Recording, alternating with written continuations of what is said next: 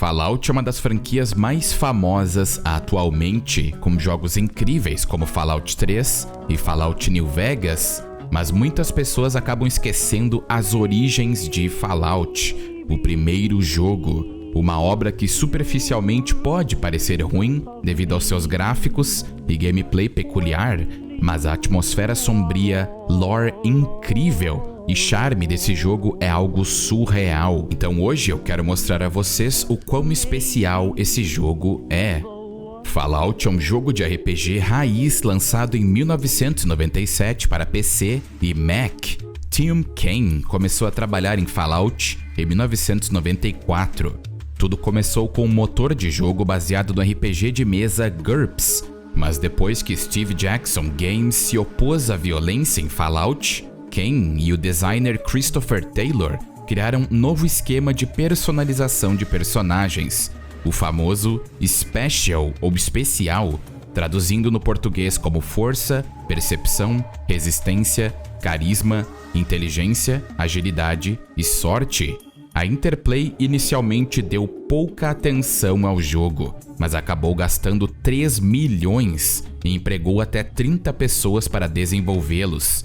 A Interplay considerou Fallout o sucessor espiritual de seu RPG de 1988, Wasteland, e não é nem preciso dizer que Fallout buscou inspiração artística na literatura e nas mídias dos anos 50 que retratavam a era atômica, sem contar filmes como Mad Max e O Menino e Seu Cachorro, e as missões foram intencionalmente feitas para serem moralmente ambíguas. Nem precisamos dizer que Fallout foi um sucesso comercial, vendendo 600 mil cópias em todo o mundo e é considerado como um dos maiores jogos de RPG para computador já feitos e foi creditado por renovar o interesse dos consumidores no gênero de RPG na época. Um fato interessante é que a própria caixa de Fallout vinha com um manual extenso sobre muitos pontos da história, o mundo e também respondia muitas dúvidas que surgiam para os jogadores, e eles não fazem mais produtos incríveis como esse. A introdução de Fallout é incrível e foi feita para nos mostrar como a propaganda pré-guerra na América era algo totalmente como você espera, mas logo nós somos apresentados às condições do mundo pós-guerra, pois em 23 de outubro de 2077 ocorreu a Grande Guerra entre os Estados Unidos e a China, e essa guerra devastou a civilização moderna. Os eventos do primeiro Fallout ocorrem quase um século depois, em 2161, e seguem o Vault Dweller, ou um morador do Vault, um humano nascido e criado no Vault 13, um dos abrigos subterrâneos construídos para proteger os sobreviventes. No Vault 13, o chip da água, um componente de computador responsável pela reciclagem da água e pelo maquinário de bombeamento de todo o Vault, para de funcionar. Faltando apenas 150 dias para que as reservas de água acabem, o supervisor do Vault, Ken Mars, confia a nós, o protagonista, a missão de ir encontrar um substituto e diz que nós somos a única esperança. Ele nos dá a localização de outro Vault perto e então nós saímos. E seu personagem, que nunca teve contato com o mundo externo, é forçado a viajar por um mundo sombrio, sem esperanças, pós-guerra nuclear, cheio de abominações como os Deathclaws, animais mutados por radiação e, o pior ainda, seres humanos que não pensariam duas vezes em te transformar em um corpo sem vida no deserto. E então, eles podem roubar tudo que você carrega. Mas essa é a beleza de Fallout. Apesar de quase todo mundo estar morto, ainda há algumas pessoas remanescentes. E aí que está o problema. As pessoas nesse mundo não estão acostumadas com essa vida, como em Fallout 3, que se passa em 2277, ou Fallout New Vegas, que se passa em 2281. O mundo de Fallout é desolador, caótico, sombrio e não liga a mínima para você. Os esqueletos escondidos pelas areias do deserto, a radiação constante e o medo são as únicas coisas certas de continuar nesse mundo. E se você não tomar cuidado, você vai ser esquecido e vai se tornar só mais uma de inúmeras baixas nesse inferno. O mundo é perigoso a cada quilômetro, cada centímetro de terra que tiver algum monstro, você pode ter certeza que ele vai querer um pedaço seu.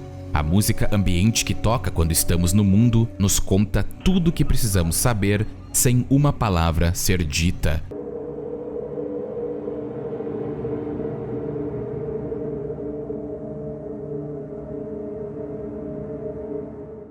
Mas esse universo apresentado a nós não conta somente com a total desolação e o inferno radioativo. Há muitos NPCs e lugares para visitar. Os personagens na história variam na quantidade de diálogo. Alguns falam mensagens curtas, enquanto outros falam longamente. Podemos negociar com personagens ou comprar mercadorias usando as famosas tampas de garrafas que nós conhecemos na franquia. Fallout ainda conta com muitos companheiros que você pode recrutar para exploração e combate, como o próprio Dogmeat, o icônico Ian, Katja e Tycho. Esse jogo tem um sistema muito interessante, pois personagens significativos são ilustrados com modelos 3D, conhecidos como Talking Heads ou cabeças falantes. Como você vai lidar com seus problemas é totalmente ligado à forma que você joga, e muitas missões oferecem múltiplas formas de serem resolvidas. Você pode ser mais diplomático, furtivo, pode usar a força ou até mesmo usar soluções não convencionais para lidar com a tarefa em questão.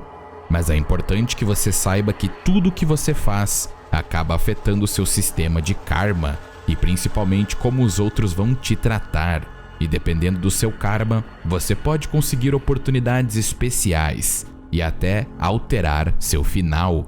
O combate é um bom e belo RPG de turnos e usa um sistema de pontos de ação. Durante cada turno, múltiplas ações podem ser realizadas até você ficar sem pontos.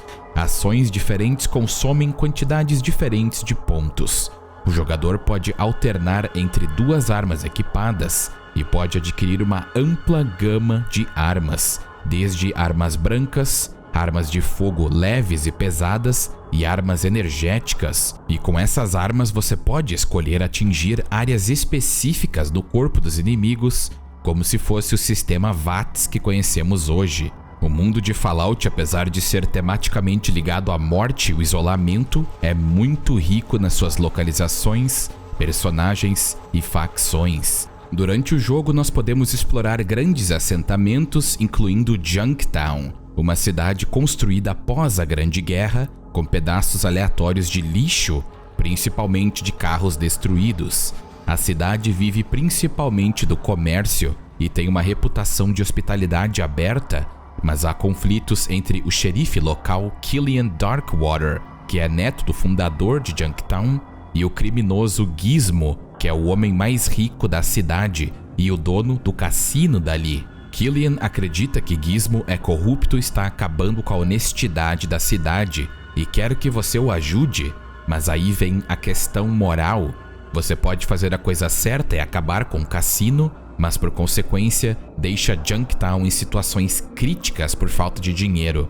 Ou você se alia à corrupção, mantendo a cidade a salvo da destruição, mas fazendo com que a sujeira entre ainda mais.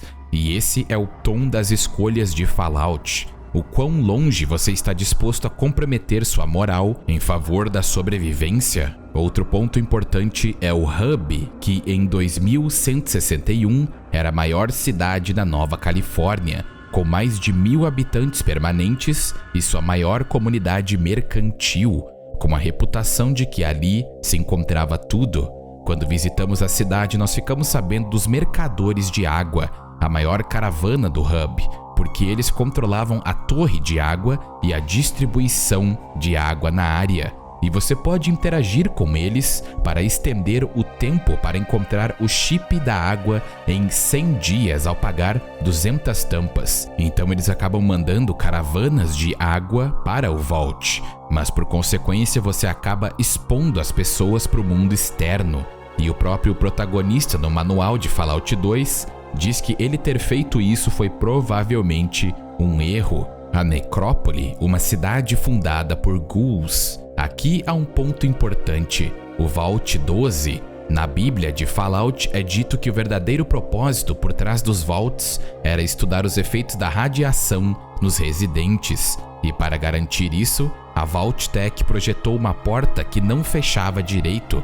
E quando a radiação chegou, ela inundou todo o Vault. E os residentes se tornaram ghouls ou necróticos, humanos mutados pela radiação. Aqui há uma opção que vai te fazer questionar sua moralidade. Antes de chegarmos aqui, nós ficamos sabendo que existe um chip da água ali. E há uma bomba de água que pode ser consertada. Mas há supermutantes que estão guardando o local devido ao fato de Seth e outros ghouls terem recusado uma aliança com o Mestre. Então você simplesmente pode pegar o chip e lutar contra os ghouls, priorizando totalmente o seu pessoal no Vault. Mas isso acabaria com todo o suprimento de água dos necróticos, porque apesar de existir alguns hostis, ainda assim há muitos que são normais, como o próprio Seth. Ou você pode consertar a bomba de água, detonar os supermutantes e pegar o chip com permissão deles. Mas isso pode ter consequências também. Há outros lugares como o Boneyard, ou simplesmente as ruínas de Los Angeles, que posteriormente se tornariam parte da República da Nova Califórnia. Esse local é onde encontramos os famosos seguidores do Apocalipse, que até vemos nos jogos posteriores. E podemos ajudá-los com uma quest para encontrar o traidor dentro de sua organização. Mas infelizmente essa quest está quebrada, porque o traidor foi removido do jogo. Mas canonicamente os seguidores se tornaram uma grande influência na Nova Califórnia e tomaram controle do Boneyard por um tempo. Mas se você não ajudá-los, o Mestre e seu exército vão matá-los. A jornada do Vault Dweller também o coloca em contato com várias facções, incluindo os Cãs, uma tribo descendente dos moradores do Vault 15, a Irmandade do Aço, uma ordem militar quase religiosa dedicada a encontrar e restaurar a tecnologia pré-guerra, e são eles que te ensinam a portar a tão famosa Power Armor. As Crianças da Catedral, uma organização religiosa pensada de ser benevolente, mas que na verdade são servos do Mestre, e eles guiam as pessoas para serem transformadas em supermutantes, um exército de humanoides virtualmente imortais e imunes à radiação. O Mestre, antes de ter se tornado aberração de carne e tecnologia, era Richard Grey, um brilhante doutor e filósofo que posteriormente caiu em um local cheio do vírus FEV, ou FV, o vírus da evolução forçada. Ele é um vírus artificial que tem a capacidade de forçar mudanças tanto no genótipo quanto no fenótipo e tem uma facilidade incrível de modificar tudo isso para qualquer finalidade desejada, sendo ele um dos mutagênicos mais importantes do deserto. Grey ficou flutuando lá por uma semana, então ele se tornou uma inteligência evoluída muito além da humanidade. E ele começou a experimentar com o vírus FAV em muitos tipos de cobaias. Ele é uma das figuras mais importantes da franquia e dos jogos em geral. O objetivo final do Mestre era criar uma nova raça da humanidade usando esse vírus, para criar uma raça unida e única que pudesse prosperar nas condições pós-apocalípticas do mundo e livrar a humanidade de suas diferenças e razões para travar a guerra. Quando retornamos para o Vault 13 após termos conseguido o chip da água, nós somos parabenizados, mas não por muito tempo, porque logo temos que sair de novo, porque a ameaça mutante é iminente e eles com certeza vão encontrar o Vault em sua busca por humanos aptos, livres da radiação, para serem expostos ao vírus FEV. E o supervisor quer que o nosso protagonista acabe com tudo isso. Então somos jogados para outra aventura mortal, porque o Mestre está aumentando a sua escala para criar novos supermutantes, o que torna a proteção dos cidadãos em todo o deserto cada vez mais difícil. Nós acabamos encontrando o Mestre na catedral quando roubamos o traje dos servos dele e entramos dentro do edifício para chegar dentro de um Vault, e lá nós o encontramos. e vimos a abominação que ele se tornou. E temos um dos diálogos mais interessantes da franquia. Ele é realmente inteligente e aqui há algumas ações que podem garantir certos finais, como você poder se juntar à unidade, o culto do mestre, ou você pode derrotá-lo. E isso é mais fácil dito do que feito, porque ele é extremamente poderoso. Ou você pode fazer as coisas da maneira Fallout. Se você tem inteligência o suficiente e leu os discos Hollow no Glow, ou foi até a Irmandade do Aço e descobriu que os mutantes não podem se reproduzir e estão fadados à morte, você pode expor a falha nos planos do mestre, e ele acaba vendo que tudo foi inútil e enxerga o erro do seu caminho, e ele simplesmente ativa o reator nuclear do Vault e a catedral é destruída por uma explosão atômica e nós escapamos por pouco. Mas nada disso tem valor se não conseguirmos detonar a fonte dos supermutantes, que vem de uma base militar chamada Mariposa, uma base altamente tecnológica, cheia de supermutantes. E canonicamente foi aqui que o nosso querido Dogmeat morreu, ao infelizmente tocar em um campo de força que o desintegrou. Mas nada disso foi em vão, porque assim que derrotamos o Tenente, um supermutante poderoso, nós conseguimos destruir a base e a ameaça supermutante. Mas o pior de tudo nem é isso. O pior é que quando voltamos para o Vault, o supervisor nos parabeniza e diz que somos um herói, mas afirma que o protagonista não pode retornar ao Vault, porque todos iriam querer emulá-lo e ser como ele. Muitos iriam querer ir atrás da aventura do mundo externo. E ele afirma que sim, o Vault Dweller o salvou, mas ele acabaria os matando. E então o nosso protagonista é exilado após ter salvo não só a humanidade, mas o próprio Vault. Um final muito trágico e sombrio, mas há luz na escuridão. A Bíblia de Fallout nos diz que um grupo de moradores do Vault, liderados por Teresa e Lyle, ficaram enojados com a decisão do supervisor e saíram para procurar o protagonista. E a decisão do supervisor de ter exilado nosso protagonista levou os moradores restantes a remover o supervisor do Vault 3 do poder e abolir a posição de supervisor. Nosso protagonista eventualmente aceitou o exílio, mas nunca perdoou o supervisor e nunca mais usou o traje do Vault. Ele encontrou o grupo que saiu do Vault 13, salvou suas vidas e com o tempo foi encontrando mais e mais pessoas e eventualmente criou a comunidade e vila chamada Arroio.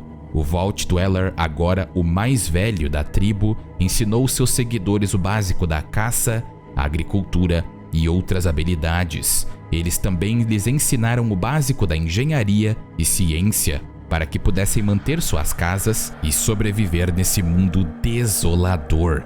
E esse foi Fallout 1, um jogo muito à frente do seu tempo, com uma atmosfera sombria, madura e muito opressora, com um mundo incrível, cheio de detalhes e personagens marcantes.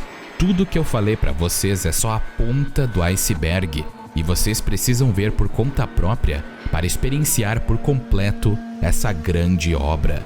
Um grande agradecimento aos membros e apoiadores do canal e um agradecimento mais que especial para Muka, Sunnyplay, Zero Espada, Wiliang Reverso, Glitched, Rafa e Ultra Desfoda-se.